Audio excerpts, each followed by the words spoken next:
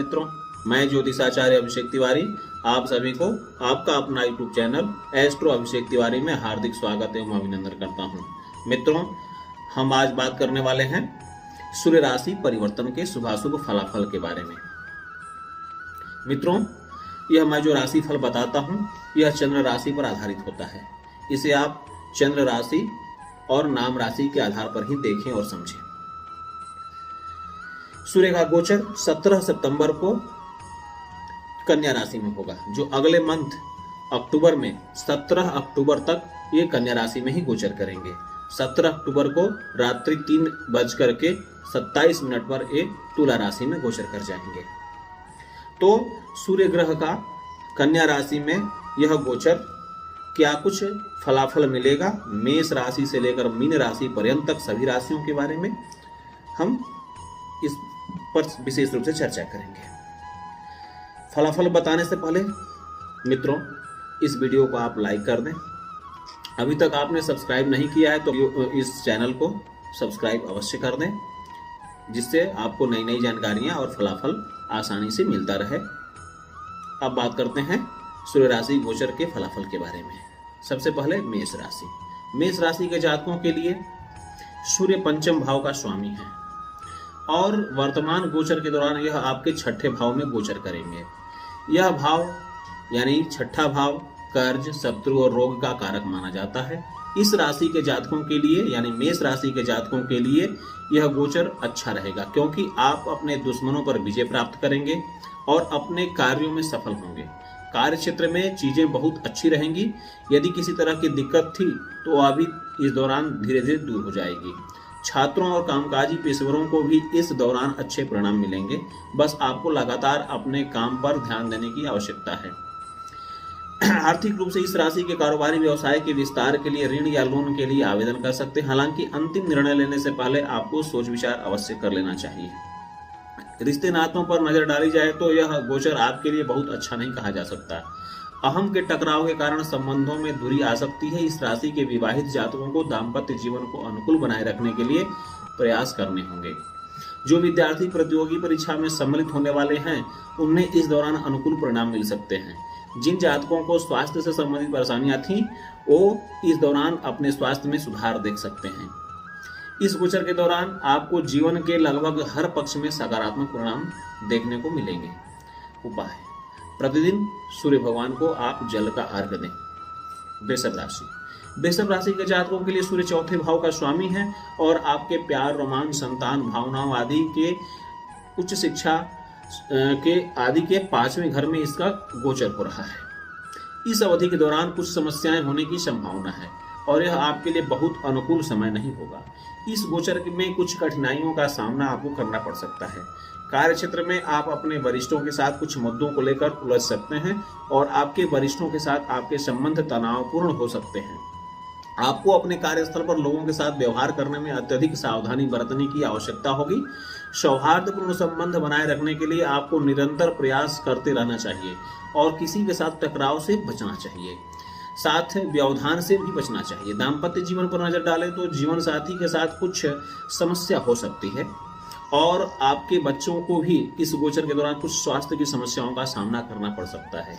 जीवन साथी के साथ कुछ गलतफहमी भी हो सकती है, इसलिए किसी भी तरह की गलतफहमी पालने से इस दौरान बचें, अन्यथा यह रिश्ते के लिए बुरा होगा। इस अवधि में आपकी सामाजिक स्थिति में बाधा उत्पन्न होने की संभावना है और आप समाज में सम्मान खो सकते हैं, जो आपकी मानसिक शांति को भंग कर सकता है। स्वास्थ्य पर नजर डालें तो आपका वायरल संक्रमण से खुद को बचाने के लिए एहतियातन उपाय करने चाहिए। उपाय: नित्य प्रति आप आदित्य हृदय स्तोत्र का रोजाना पाठ करें।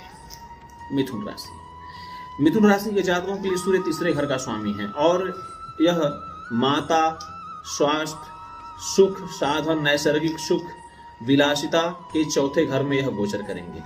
यह गोचर किसी भी पारिवारिक मुद्दे को हल करने और यदि आवश्यक हो तो एक खुली चर्चा करने का एक अच्छा समय प्रदान करेगा। यदि आपकी शिक्षा में कोई रुकावट आई थी और जब आप वापस पढ़ाई शुरू करना चाहते हैं तो यह ग्रह परिवर्तन आपके लिए अच्छी खबर लेकर आ सकता है। इस गोचर के दौरान आपको अपने प्रियजनों के साथ किसी भी तरह के संघर्ष से बचना चाहिए। इस दौरान समय की कमी के कारण रिश्ते खराब हो सकते हैं, इसलिए सावधानी बरतें। अपने जीवन साथी के साथ किसी भी विवाद या तीखी बहस से बचने के लिए बोलने से पहले सोचना उचित है। करियर के नजरिए से देखा जाए तो कार्य क्षेत्र में आपके आत्मविश्वास में कमी आ सकती है, जिसके कारण आप परेशान हो सकते हैं। इस राशि के जातकों को यानी मिथुन राशि के जातकों को इस गोचर के दौरान संपत्ति खरीदने समय बहुत सावधान रहने की आवश्यकता है। आपके साथ धोखाधड़ी होने की संभावना है। आपको इस अवधि के दौरान निर्णय लेने में कठिनाई हो सकती है, इसलिए किसी भी बुरी स्थिति से बचने के लिए कोई भी कागजी कार्य करने से पहले किसी विश्वास पात्र से की सलाह अवश्य लें। प्रियजनों के साथ बातचीत के दौरान वाणी पर नियंत्रण रखें, नहीं तो परेशानी में पड़ सकते हैं। स्वास्थ्य के लिहाज से यह आपके लिए एक अनुकूल अवधि होगी और आप अधिकतर समय अच्छे से स्वास्थ्य पूर्वक आनंद पूर्वक व्यतीत करेंगे। उपाय: प्रतिदिन भगवान विष्णु की आराधना करें। कर्क राशि। कर्क राशि वालों के लिए सूर्य दूसरे घर का स्वामी है। कन्या राशि में गोचर के दौरान सूर्य आपके साहस, पराक्रम, भाई बहनों और छोटी यात्राओं में तृतीय भाव में होंगे। इस गोचर के दौरान आपको अच्छे परिणाम प्राप्त हो सकते हैं, क्योंकि आप में साहस और पराक्रम की अधिकता होगी और आप अपने पेशेवर जीवन को गति प्रदान करेंगे। आपकी संचार कौशल और दूसरों को समझाने की क्षमता आपको नए कनेक्शन बनाने में मदद करेगी और आप अपने शब्दों से दूसरों को प्रभावित करने में भी सक्षम होंगे। भविष्य को बेहतर बनाने की दिशा में आप काम करते हुए नजर आएंगे। नए सौदों पर पकड़ बनाने का एक अच्छा अवसर आपके पास होगा। उच्च शिक्षा प्राप्त कर रहे इस राशि के विद्यार्थियों को इस अवधि में अनुकूल परिणाम मिल सकते हैं। आर्थिक पक्ष पर नजर डाली जाए तो इस राशि के कुछ लोग इस दौरान वाहन या अचल संपत्ति में निवेश कर सकते हैं। हालांकि कोई भी फैसला आपको सोच समझकर ही लेना चाहिए। इस अवधि के दौरान काम से जुड़ी किसी यात्रा पर आपको जाना पड़ सकता है, इससे आपको अच्छा वित्तीय लाभ मिलने की संभावना है। पारिवारिक जीवन की बात की जाए तो दाम्पत्य जीवन के लिए बेहतरीन समय होगा और आप छोटी लेकिन खुशहाल पारिवारिक यात्रा पर भी जा सकते हैं। विवाहित जातकों को अपने विवाहित जीवन में खुशी मिलेगी और दोस्तों से मदद मिलेगी। स्वास्थ्य के लिहाज से सेहत अच्छी रहेगी और मानसिक शांति बनी रहेगी। कर्क राशि के जातकों के लिए अच्छा समय है। इस दौरान आप समाज में विलासिता, धन, नाम और समृद्धि का आनंद ले सकते हैं। उपाय: ओम ह्रीं सूर्याय नमः का यथासंभव जप करें। सिंह राशि। सिंह राशि के जातकों के लिए सूर्य प्रथम भाव का स्वामी है और यह परिवार, धन और वाणी के आपके दूसरे भाव में यह गोचर कर रहे हैं। इस गोचर के दौरान आपको अचानक धन लाभ होगा। आप सट्टेबाजी और जोखिम भरे काम से भी पैसा कमा सकते हैं। खासकर सिंह राशि के उन जातकों को इस दौरान सफलता मिलेगी जिसकी कुंडली में सूर्य अनुकूल अवस्था में है। आपके संचार कौशल में सुधार होने की संभावना है और यदि आप विदेश में नौकरी या तलाश कर रहे हैं तो आपको सकारात्मक परिणाम मिलेगा, क्योंकि आपके पास विदेशी भूमि से इस समय लाभ प्राप्त करने का एक उचित मौका है। समाज में आपकी स्थिति और सम्मान में सुधार होने की संभावना है। आपको यह सलाह दी जाती है कि अपने वरिष्ठों के साथ किसी भी तरह के वाद विवाद में खुद को शामिल न करें और निवेश करते समय जल्दबाजी में निर्णय बिल्कुल न लें। आर्थिक रूप से आप अधिक से अधिक धन की तलाश करेंगे और साथ ही आप लंबी अवधि के लिए निवेश करेंगे। पारिवारिक जीवन पर नजर डालें तो यह गोचर दूसरों के साथ आपके संबंधों के लिए तटस्थ होगा, क्योंकि कुछ तर्क और संघर्ष उत्पन्न होने की संभावना इस दौरान है। स्वास्थ्य पर नजर डाली जाए तो इस गोचर के दौरान आपकी सेहत गड़बड़ा सकती है और छोटी दुर्घटनाएं होने की भी संभावना है। अपने ज्ञान को बढ़ाने और गहराई से सीखने के लिए यह एक अच्छा समय है। उपाय: प्रतिदिन सूर्योदय के समय सूर्यदेव को जल का अर्घ्यदान करें।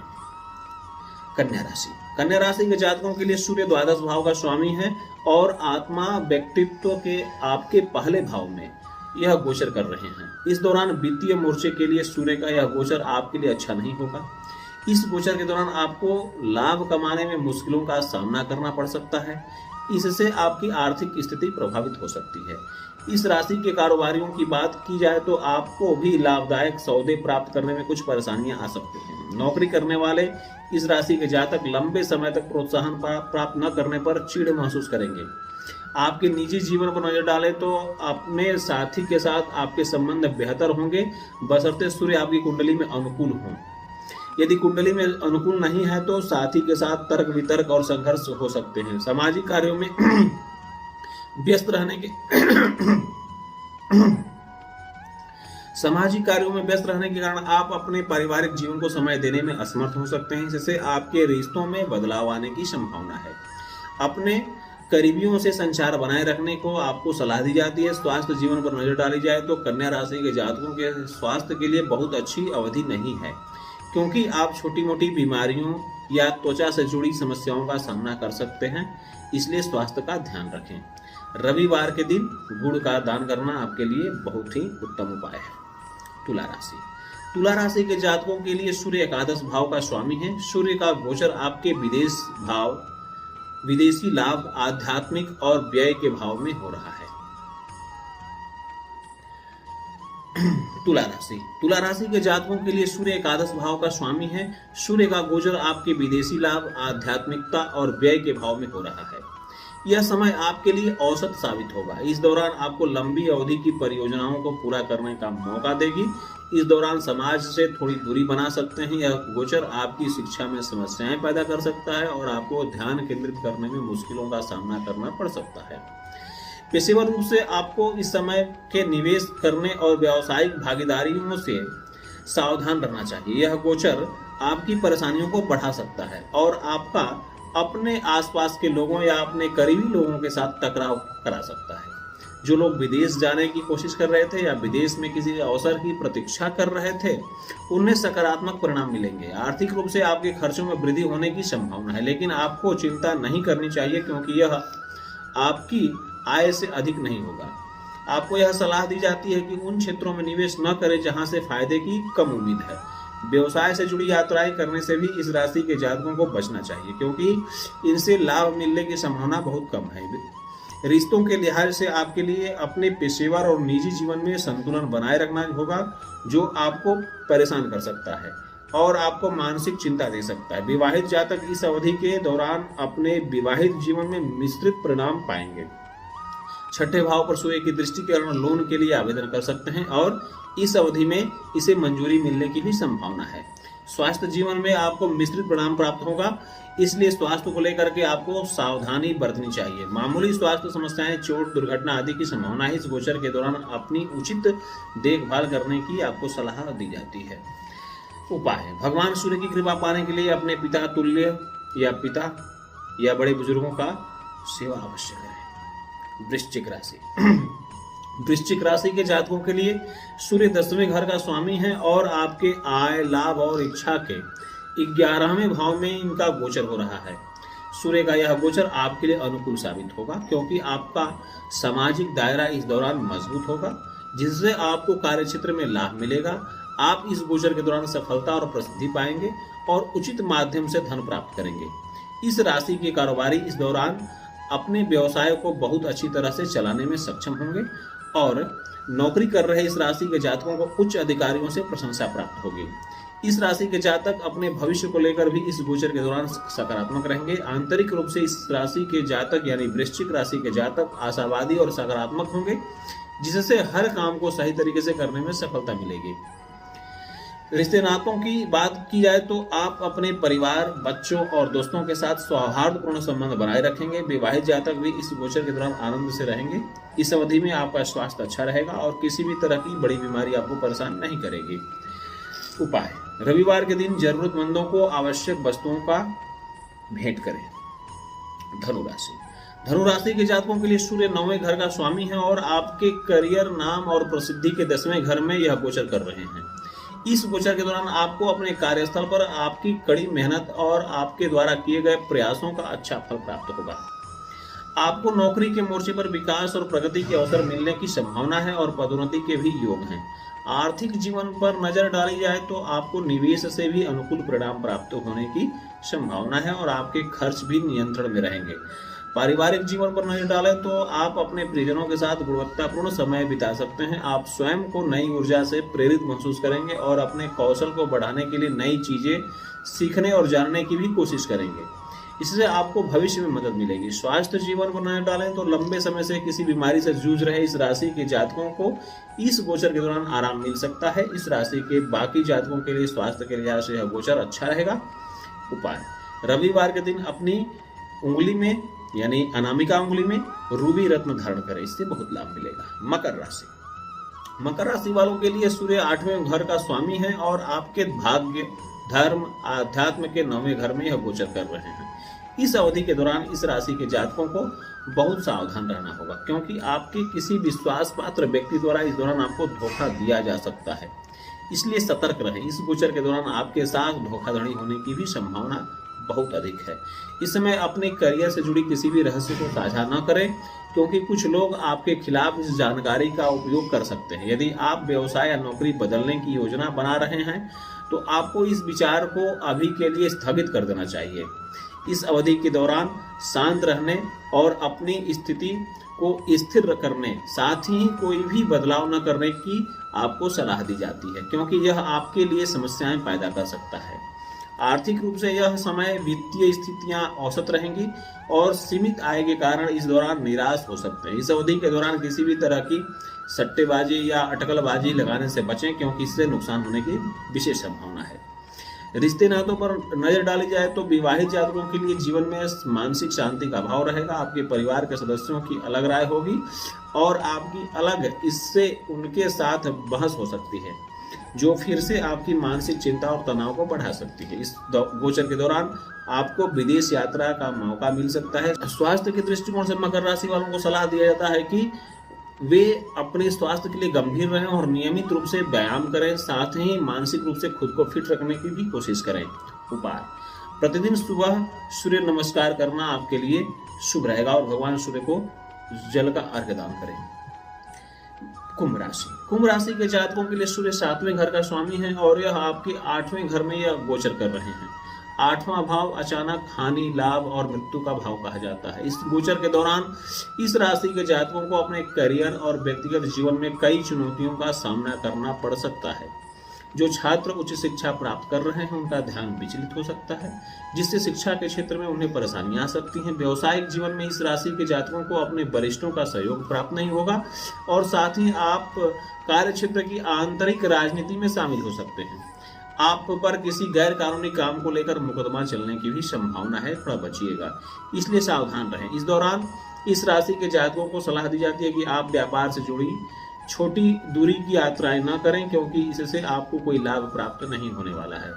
अपने करियर में जल्दबाजी में निर्णय लेने से बचने की आपको सलाह दी जाती है। आर्थिक रूप से आपको अचानक लाभ मिलने की संभावना है, जो आपको खुशी देगी। इस दौरान दान पुण्य कर सकते हैं। रिलेशनशिप पर नजर डालें तो यह समय आपके पार्टनर के साथ रोमांटिक संबंध बनाने के लिए अच्छा हो सकता है। अगर आपको पहले अपने रिश्ते में कुछ समस्याएं हो रही थी तो यह गोचर स्थितियों को बेहतर बनाने में मदद करेगा। आपके परिवार के सदस्यों के साथ आपके संबंध में सुधार होगा और इस दौरान आनंदित समय उनके साथ गुजार सकते हैं। स्वास्थ्य को लेकर आपको सलाह दी जाती है कि आप अपना अच्छे से ख्याल रखें। इस गोचर के दौरान आपको शरीर में दर्द या हड्डी में कोई समस्या हो सकती है। स्वास्थ्य और फिट रहने के लिए नियमित रूप से व्यायाम करें। उपाय: सूर्योदय के समय मंदिर में दान करें, इससे आपको बहुत फायदा मिलेगा। मीन राशि के जातकों के लिए सूर्य 6ठे घर का स्वामी है और यह आपके विवाह और भागीदारी के 7वें घर में गोचर कर रहे हैं।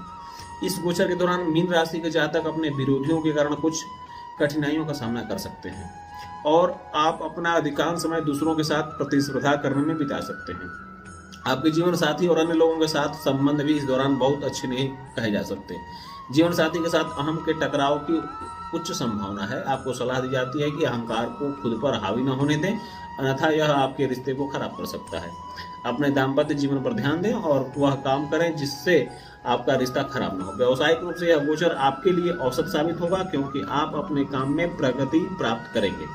लेकिन बस इस बात का आपको ध्यान रखना होगा कि अपने वरिष्ठों से संवाद करते समय शब्दों का इस्तेमाल सोच समझकर करें। आपकी बातों को इस दौरान गलत तरीके से समझा जा सकता है। किसी भी आधिकारिक यात्रा से बचें, क्योंकि यह आपके लिए अनुकूल परिणाम देने वाली साबित नहीं होगी। स्वास्थ्य जीवन की बात की जाए तो आप लगातार मानसिक तनाव में रह सकते हैं, इसलिए योग और ध्यान करने की इस दौरान आपको सलाह दी जाती है, इससे बेहतर परिणाम मिलेंगे। उपाय: शुभ फल प्राप्त करने के लिए रविवार को तांबे का दान करें और भगवान सूर्य की आराधना करें। मित्रों, अब मिलेंगे अगली वीडियो में, तब तक के लिए जय श्री राम, नमस्कार।